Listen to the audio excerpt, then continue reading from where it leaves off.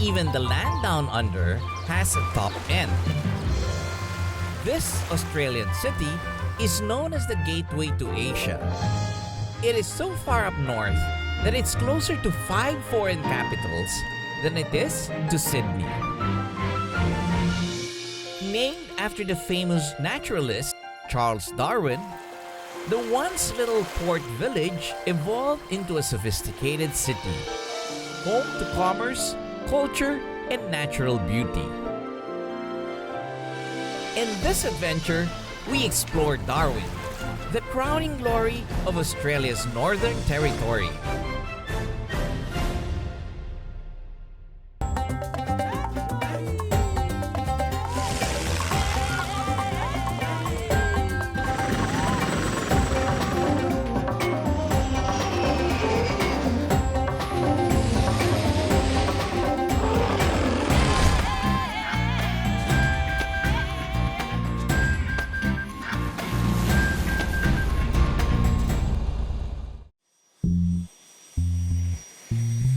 Embraer executive jets has always found a home in our hangar whenever they are in this part of the world.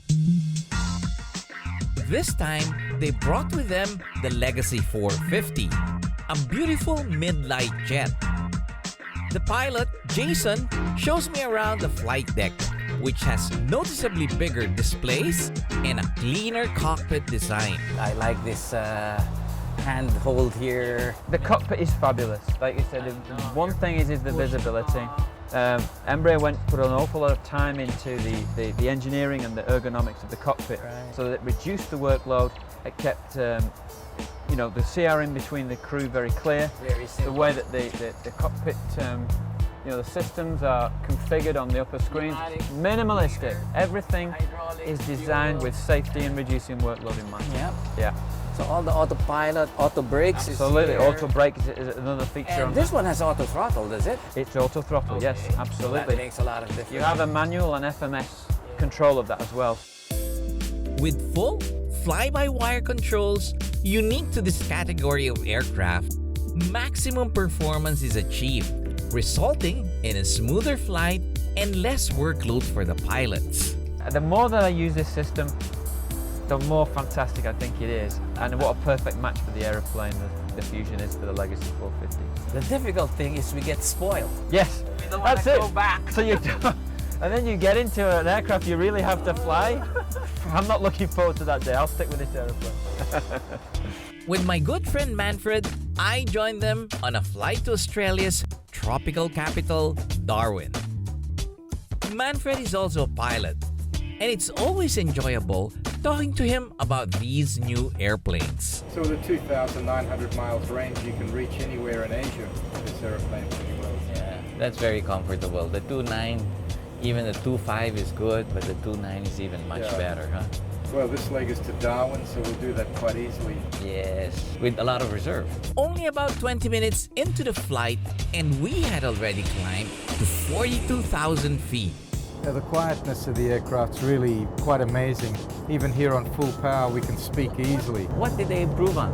They focused a lot on the features of the aircraft outside. You'll find that wherever there's ailerons or flaps, they've got seals, so all the gaps are sealed. And that adds up to the speed as well. Correct, yeah, it makes it much smoother, and then of course the aircraft, that noise that we usually get outside on aeroplanes is all gone. I was even able to squeeze in some work on board before enjoying the in-flight meals. After enjoying a bottle of champagne and swapping flight stories, we soon had to descend. Thank you very much for joining us. Thank you very much for Pleasure having you here. good old aviation days. Yep, it's been good talking about the old days. It felt great to test the aircraft from a passenger's point of view. But soon, we caught sight of Darwin's sandy shores. As a transport hub in the region, many of my pilot friends have interesting stories to tell about Darwin. But now, it was my turn to have my own Darwin story. I arrived in Darwin expecting a big, crowded city. Instead, I was greeted by a beautiful community with the charm of a small town. This is the main street here in Darwin, and this is rush hour. Look at the traffic. I wish I lived in a place like this. The parks and plazas of Darwin were very relaxing. The shady trees and cool breeze made it feel like having a nature reserve right outside your door. Though the city itself was alluring, the highlight of Darwin has always been its famed waterfront, a place with a very significant past. Up next, we head for Darwin's historic waterfront, try our hand at catching crabs, and maybe even $1 million fish.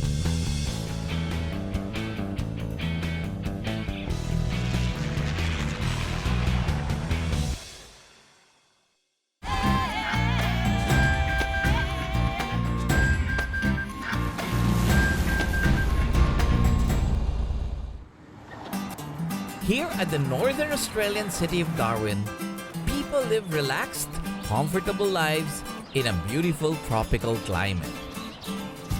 But life wasn't always this tranquil in Darwin. During the Second World War, the city suffered widespread destructions at the hands of Japanese planes. In fact, more bombs were dropped here than in Pearl Harbor 2 months before. Darwin has been destroyed and rebuilt twice in its short lifetime. Aside from the war, a strong cyclone struck the city in 1974 on Christmas Day, flattening more than half of the town. I visited Sam at the Darwin Tourist Facility at the Wharf, where the story of the bombing of Darwin is told in a high-tech, immersive way. So the bombing of Darwin story was put together by the NT Tourism, the government, and then they put it out for tender, and we won the tender, and so this is how we had the opportunity to tell both stories. So That's great. That's great. Yeah, and it's all done through technology. Bombing right here. Yeah, bombing raid, that's correct. Aside from your typical displays, the exhibit included a virtual reality experience, hologram shows, and interactive virtual panels.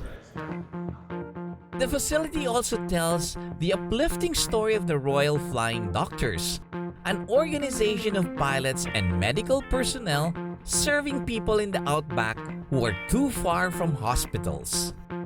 They have dozens of planes crisscrossing Australia, serving as ambulances and mobile clinics. We also work on primary health care as well, so that's a very big, important part of what we do. Instead of actually bringing the patient always to town, we take the doctor to the patient. So they're in their own environment. They can't always leave their farms and their stations and things like that. So this offers them a clinic. We run things like dental clinics, mental health clinics, all sorts of different services that we run. So Very interesting. Yeah. So this is what aviation is for the outbacks, huh?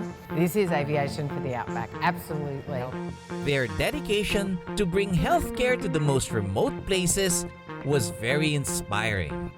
Looking out from the wharf to the sea, I remembered that Darwin is teeming in aquatic life. The top end of Australia contains a vast network of mangrove wetlands, rich with all the bounties of nature. I went aboard a fishing boat with Carl, a barramundi and crab fisherman. We set out just before dawn to explore the wetlands and look for some mud crabs. The waters around Darwin are anything but tame. It's home to sharks, crocodiles, jellyfish, and snakes. But it's also home to delectable seafood like crabs and iconic barramundi fish.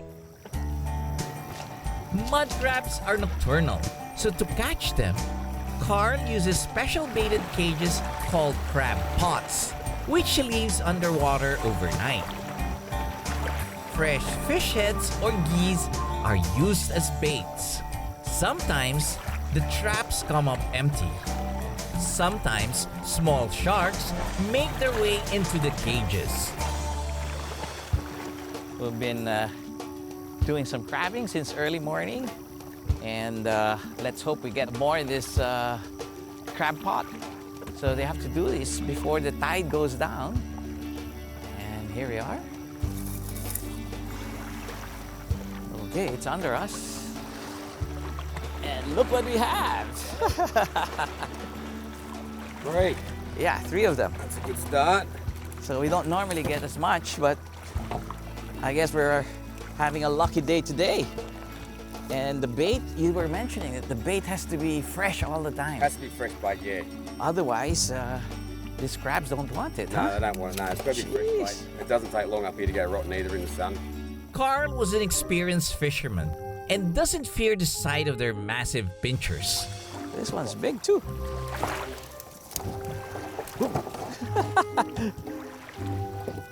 And you know how to catch them, huh? Yeah. I wouldn't dare go near them.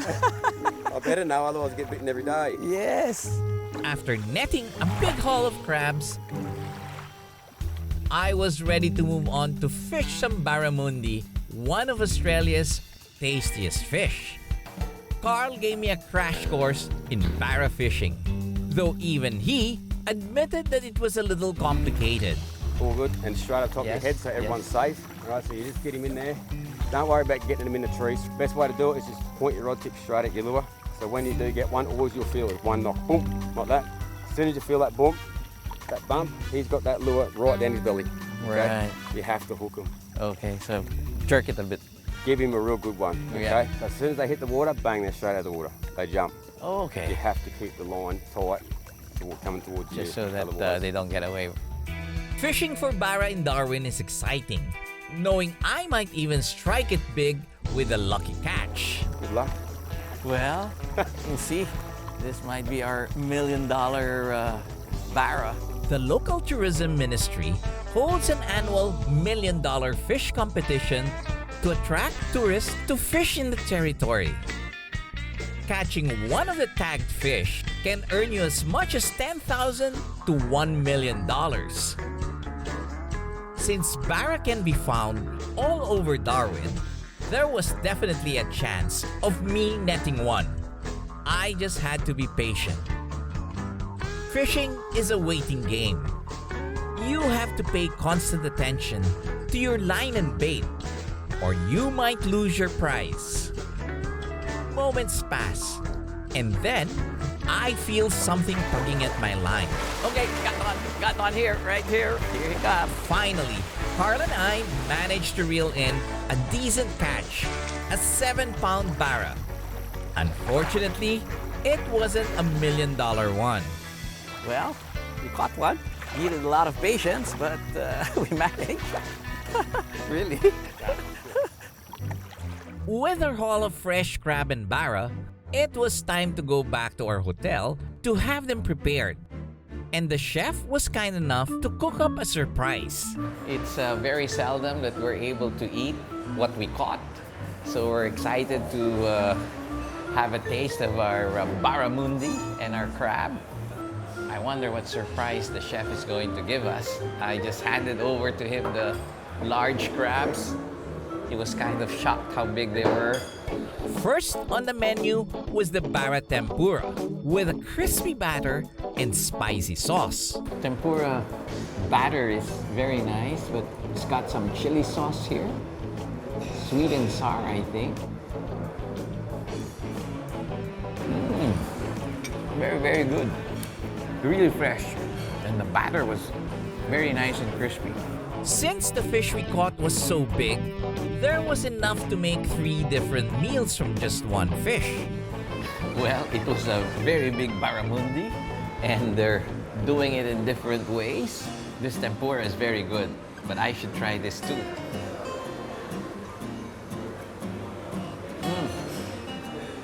Very good too. Right, this is some sort of fish soup with curry. Very nice. And finally, what I've been waiting for, are huge mud crabs. Wow, this is a real feast. Wow, looks very, very good. I was so excited to get a taste of our morning's catch. I couldn't wait for my first bite. It's with chili and spicy sauce. I think this is a little bit too much for me. Also very good. I think I'll be tempted to eat with my hands. Of course, I made one last request from the chef. I told the chef that I'm from the Philippines and I needed rice with my meal. It's going to be a perfect meal for me.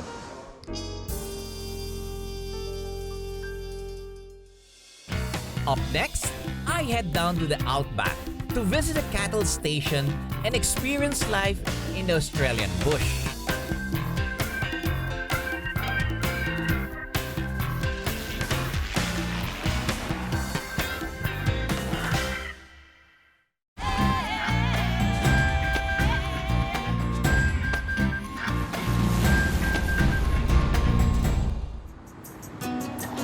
After revisiting Darwin's history at the wharf and going fishing in its wetlands, it was time for a change of pace.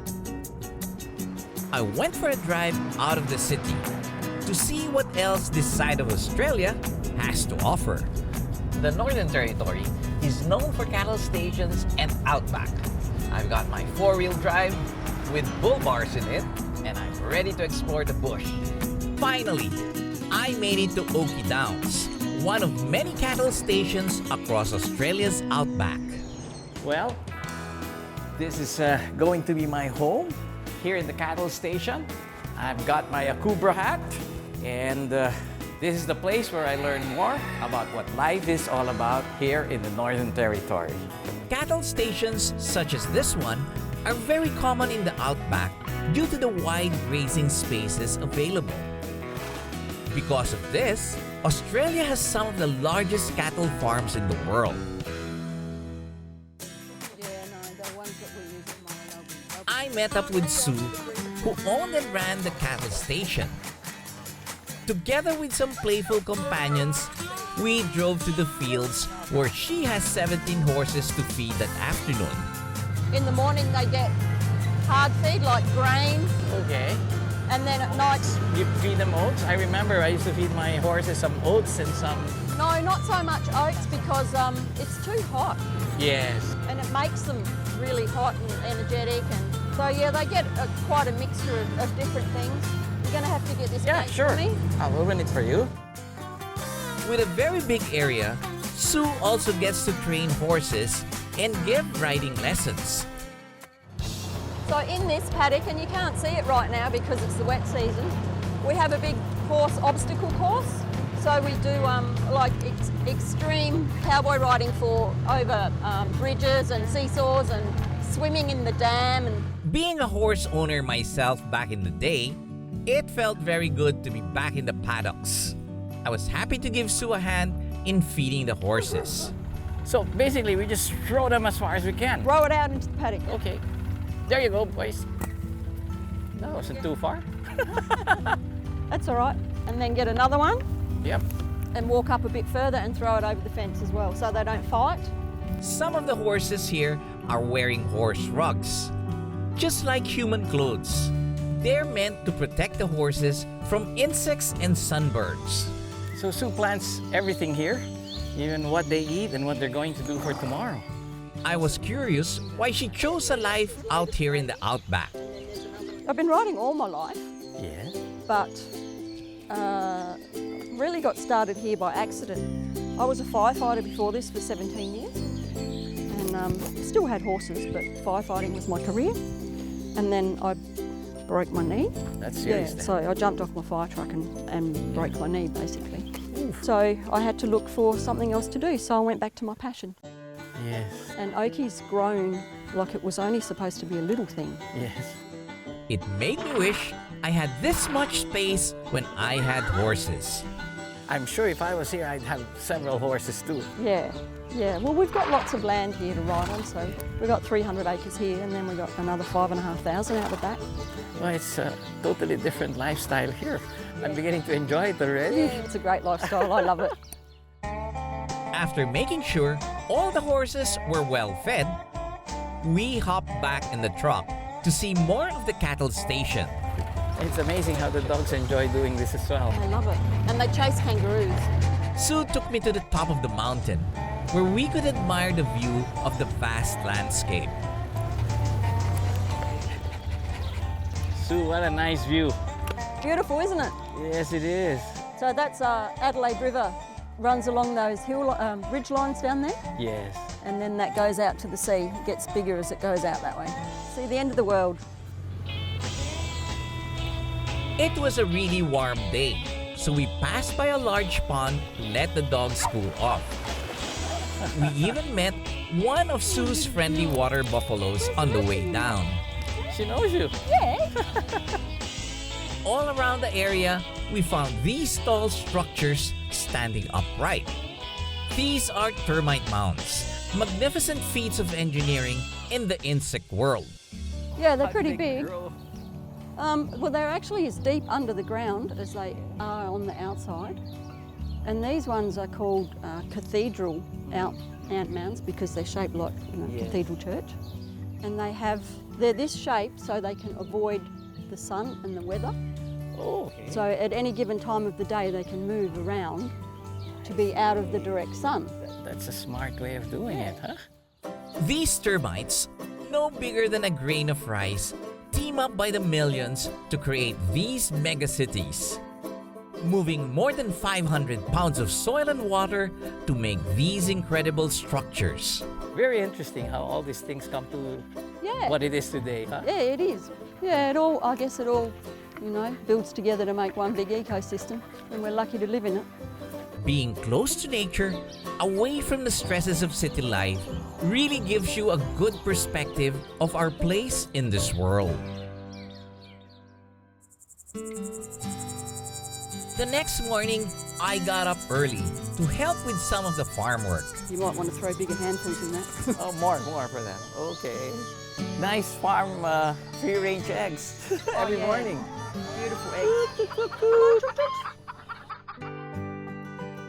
Sue invited me to do horseback riding and a roundup. As the Australians say, muster some of her cows. I must give it a try. All right. Maybe the cows will muster me the other way around.